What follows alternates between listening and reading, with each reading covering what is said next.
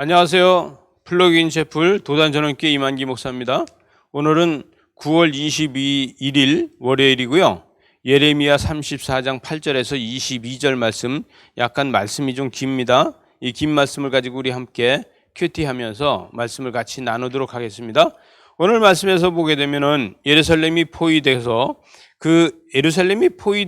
나갈 수도 없고 들어갈 수도 없고 이런 상황이 되고 나니까 시드기야 왕은 무엇을 이야기하냐면 동족끼리 노비를 삼은 일이 있는데 이 유다의 동족이 유다 백성을 종으로 다 삼고 노비로 다 삼아서 그들을 노비로다가 괴롭게 하고 힘들게 하고 이런 일들이 있었는데 이때에 그 동족을 풀어주는 걸로 합니다. 그래서 어차피 이제 포위돼서 나가지도 못하려니까 노비를 풀어주자 그러고서 다 풀어줍니다. 그래서 고관들도 그렇고 전부 다 그 노비들을 풀어줬는데 이때에 들려오는 소리가 있어요. 이때 들려오는 소리가 어떤 소리가 들려오냐면 이 애굽에서 이 느부갓네살 왕을 치러 올라오고 있다는 거예요. 그 소리를 듣자마자 노비를 풀어주기로 했던 것을 다시 철회를 해버리고 그 노비들을 다시 원상복귀를 시키는 이러한 악독한 일을 해가는 겁니다. 여러분 신명기 10장 18절에 보게 되면 이렇게 이야기를 합니다. 고아와 과부와 나그네를 사랑하라 이렇게 이야기를 해요. 그래서 이스라엘 백성들은 동족을 노예로 삼거나 그러지 말라고 했는데 이들은 노예를 삼고 있으면서 그것도 한번 풀어줬다가 다시 묶는 이런 일을 하고 있는 것입니다.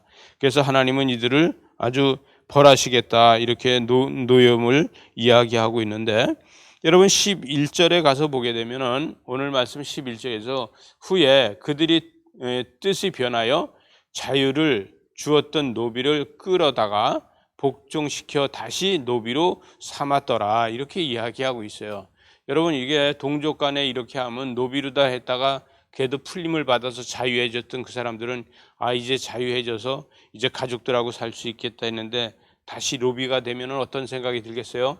차라리 내가 이렇게 노비로다 사는 것보다는 바벨론이 침공을 해서 우리가 차라리 이 바벨론을 다 끌려가는 게 더 낫겠다 이렇게 생각하지 않겠습니까?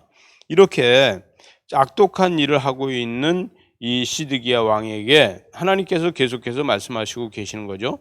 그런데 이 애굽에서 올라온 이 사람들 때문에 느부갓네살 왕이 잠시 피합니다. 잠시 피하고 그들에게 이제 바벨론이 도망갔구나 이런 이미지를 주게 되는 것이죠. 그런데 그게 아니었습니다. 여러분 우리는 제일 중요한 게 뭐냐면은 용서할 수 있어야 되고 우리는 신년이 있고 안신년이 있고 이런 것을 기억할 수 있어야 됩니다. 그래서 상대를 노비를 풀어줄 줄 알고 용서해 줄 줄 알고 이런 거를 해야 되는데 하나님 앞에서 불법을 계속해서 해가는 이 시드기야 왕은 하나님 보시기에 계속해서 악한 왕으로다가 이야기할 수밖에 없습니다.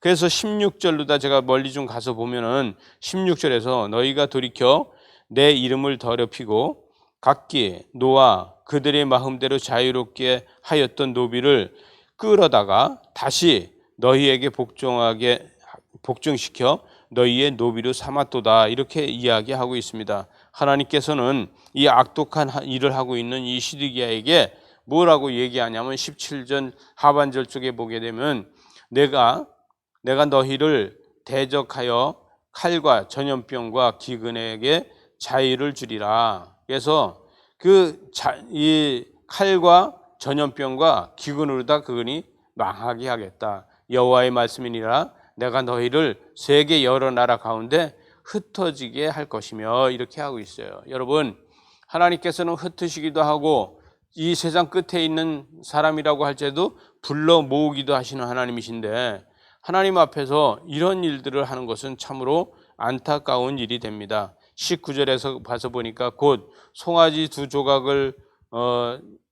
조각 사이로 지난 유다 고관들과 예루살렘 고관들과 내시들과 제사장들이 이 땅 모든 백성 그리고 그 다음에 20절에 가보니까 내가 그들의 원수 손에 그들의 생명을 찾는 그 손에 넘기리니 그들의 시체가 공중의 새와 땅의 짐승이 먹이가 될 것이다 이렇게 이야기하고 있습니다. 여러분, 수 없는 사람이 지도자를 잘못 만나고 수 없는 사람이 거짓 선지자들 만나서 엄청난 고생을 하게 되고 엄청난 시련과 이 고달픔의 삶을 살게 됩니다. 여러분, 우리가 깨어서 하나님 앞에 기도하면서 우리의 가정을 시련과 고난이 아닌 하나님의 은혜로 다 이끌어가는 게 얼마나 중요한지 모릅니다.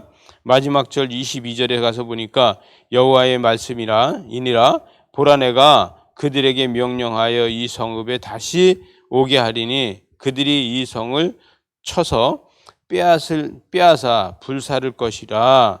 내가 유다의 성읍들의 주민이 없어 처참한 황무지가 되게 한다. 이렇게 하고 있습니다.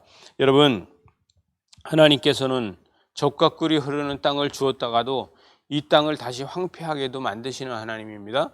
우리는 때에 따라서는 하나님 앞에 축복을 받으면은 그것을 받은 걸 가지고 과거를 생각하지 못하고 우리의 삶에서 평화와 우리 삶에서 행복과 이거를 추구하는 게 아니라 욕심을 추구할 때가 많지 않습니까? 이럴 때 하나님께서는 우리를 돌이키라고 말씀하십니다. 우리는 코로나로 다 지금 시련과 어려움을 겪고 있는데 이때에 돌이켜서 하나님만 바라보면서 하나님 은혜로 바라볼 수 있는 이러한 삶이 되고 우리가 추석에도 하나님의 은혜로 하나님의 뜻과 하나님의 영광을 바랄 수 있는 우리 모두가 되시길 바랍니다. 기도하시겠습니다. 하나님 아버지 감사합니다.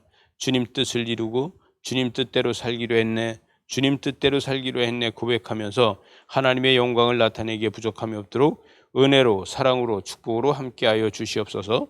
예수님 이름으로 기도드리옵나이다. 아멘.